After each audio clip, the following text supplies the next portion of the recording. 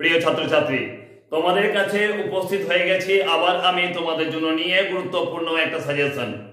তোমাদের সামনে একের পর এক আমি নিয়ে আসছি বিএ ফার্স্ট সেমিস্টার থার্ড সেমিস্টারের গুরুত্বপূর্ণ সাজেশন। তো সেই গুরুত্বপূর্ণ সাজেশনের মধ্যে আজ তোমাদের সামনে আমি নিয়ে এসেছি গ্র্যাজুয়েশনের বিএ ফার্স্ট সেমিস্টার ইতিহাস মেজরের অন্তর্গত এসইসি 1 এর গুরুত্বপূর্ণ সাজেশন। তোমাদের সামনে যে গুরুত্বপূর্ণ প্রশ্নগুলোকে তুলে ধরছি, তোমাদের অবশ্যই বলবো খুব মনোযোগ সহকারে প্রত্যেকটা প্রশ্নকে শুনবে এবং খাতায় নোট ডাউন করে রাখবে এবং সম্পূর্ণ বিষয়টাকে বুঝে নেওয়ার জন্য অবশ্যই প্রথম থেকে শেষ পর্যন্ত ভিডিওটাকে দেখবে, কারণ এই ভিডিওর মাঝে আমি যে গুরুত্বপূর্ণ কথাগুলো বলবো সেই গুরুত্বপূর্ণ কথাগুলো অবশ্যই মনে রাখতে হবে, কারণ এটা তোমাদের অবশ্যই হিস্ট্রি মেজরের এসইসির ফাইনাল সাজেশন। এরপর আমি এসইসি থেকে কোনো রকম সাজেশন তোমাদেরকে আর দেবো না। তোমাদের যে গুরুত্বপূর্ণ প্রশ্নগুলোকে দিচ্ছি অবশ্যই প্রত্যেকটা প্রশ্নকে মনোযোগ সহকারে শুনে নিয়ে খাতায় নোট ডাউন করে রাখবে। এখানে অবশ্যই একটা কথা বলে রাখবো, যদি তোমরা আমার চ্যানেলে প্রথম হয়ে থাকো তাহলে অবশ্যই চ্যানেলটাকে সাবস্ক্রাইব করে অল বাটন নোটিফিকেশনে অবশ্যই প্রেস করে রাখবে। তো চলো দেখে নিই সবচেয়ে গুরুত্বপূর্ণ প্রশ্নগুলো কোনগুলো রয়েছে এবং সবশেষে বলে দেবো অবশ্যই গুরুত্বপূর্ণ কথাটা। তো দেখে নাও, তোমাদের সামনে এক এক করে স্ক্রিনে আমি নিয়ে আসছি গুরুত্বপূর্ণ প্রশ্নগুলোকে। অবশ্যই প্রথম প্রশ্ন করে রাখবে, ভারতীয় ঐতিহ্য প্রাচীনদের থেকে একটি উত্তরাধিকার ব্যাখ্যা করো। 5 নম্বরের গুরুত্বপূর্ণ প্রশ্ন করবে। তারপরে প্রশ্ন, ইতিহাস ও ঐতিহ্যের মধ্যে সম্পর্ক নির্ধারণ করো। অবশ্যই 10 নম্বরের গুরুত্বপূর্ণ প্রশ্ন। এরপরে প্রশ্ন করবে, প্রাচীন ভারতের ইতিহাস রচনায় মুদ্রা বা সৌধের গুরুত্ব লেখো। অবশ্যই প্রত্যেকটা 5 নম্বর করে আসতে পারে যে কোনো একটি করবে। তারপরে প্রশ্ন, প্রাচীন যুগের ভারতীয় স্থাপত্যের কয়েকটি উল্লেখযোগ্য নিদর্শনের পরিচয় দাও। 5 নম্বরের করবে। তারপরে প্রশ্ন, ভারত সরকার কোন কোন প্রত্নতাত্ত্বিক স্থানগুলিকে সংগ্রহশালা তৈরি করার কথা ঘোষণা করেছেন। এটা অবশ্যই করে রাখবে 10 নম্বরে করবে।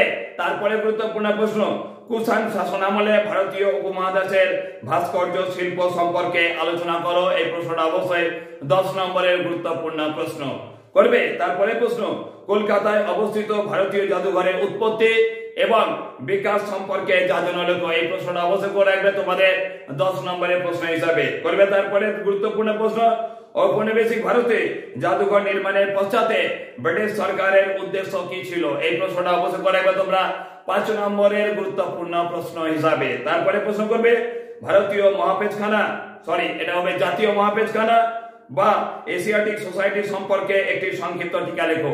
যে কোনো একটি থাকতে পারে 5 নম্বরের গুরুত্বপূর্ণ প্রশ্ন হিসাবে করবে। তারপরে প্রশ্ন, ভারতে প্রাচীন সৌধ সংরক্ষণে কি কি পদক্ষেপ গ্রহণ করা হয়েছে। অবশ্যই 10 নম্বরের গুরুত্বপূর্ণ প্রশ্ন করবে। তারপরে প্রশ্ন, বিশ্ব ঐতিহ্যবাহী কেন্দ্রগুলিকে কি কি ধরনের বিপর্যয়ের মোকাবিলা করতে হয়।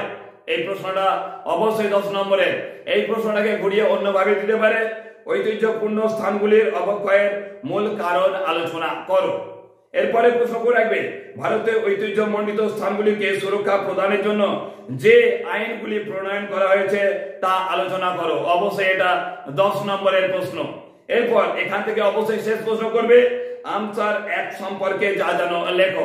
এটা অবশ্যই তোমাদের 5 নম্বরের গুরুত্বপূর্ণ প্রশ্ন। তোমাদের বলেছিলাম অবশ্যই এই সাজেশনটা দেওয়ার পর তোমাদের গুরুত্বপূর্ণ একটা কথা বলে দেবো। তো সেই গুরুত্বপূর্ণ কথাটা কি, তোমাদের এই ভিডিওর এন্ড স্ক্রিনে অবশ্যই আমি লিংক দিয়ে দিচ্ছি। এইটা বাদ দিয়ে আর যে গুরুত্বপূর্ণ প্রশ্নগুলো রয়েছে যেগুলোকে তোমাদের গুরুত্বপূর্ণ 5 এবং 10 নম্বরের প্রশ্ন হিসেবে করতে হবে, অবশ্যই ভারতীয় মেজরের অন্তর্গত এসইসি ভারতীয় ঐতিহ্য থেকে সেই লিঙ্কটা থেকে অবশ্যই তোমরা দেখে নেবে। বাকি কোন গুরুত্বপূর্ণ প্রশ্নগুলো অবশ্যই রয়েছে তোমাদের ফার্স্ট সেমিস্টার এক্সামের জন্য। এই সিলেবাসটা অবশ্যই বিএ ফার্স্ট সেমিস্টার যে কোনো ইউনিভার্সিটির ক্ষেত্রে প্রযোজ্য হতে পারে। তাই বলবো বিশেষ করে এই সিলেবাসটা আমি তৈরি করেছি তোমাদের বর্ধমান বিশ্ববিদ্যালয়ের উপর নির্ভর করে। এই সিলেবাস আর অন্যান্য যে সকল ইউনিভার্সিটি রয়েছে তারা প্রত্যেকেই এই সিলেবাসটার উপর নির্ভর করে অবশ্যই সম্পূর্ণরূপে প্রস্তুত করে যেতে পারো তোমাদের বিএ ফার্স্ট সেমিস্টার হিস্ট্রি মেজরের অন্তর্গত এসইসির সাজেশনটাকে। তো এগুলোকে অবশ্যই প্রস্তুত করো ফাইনাল সাজেশন। এরপর আমি হিস্ট্রি এসইসি থেকে আর কোনো গুরুত্বপূর্ণ প্রশ্ন নিয়ে আসছি না, তাই এটাকে অবশ্যই ভালো করে প্রস্তুত করে নাও তোমাদের ফার্স্ট সেমিস্টার এক্সামের জন্য। দেখা হচ্ছে তোমাদের সঙ্গে নেক্সট কোনো গুরুত্বপূর্ণ সাজেশনে। এখনকার জন্য ধন্যবাদ।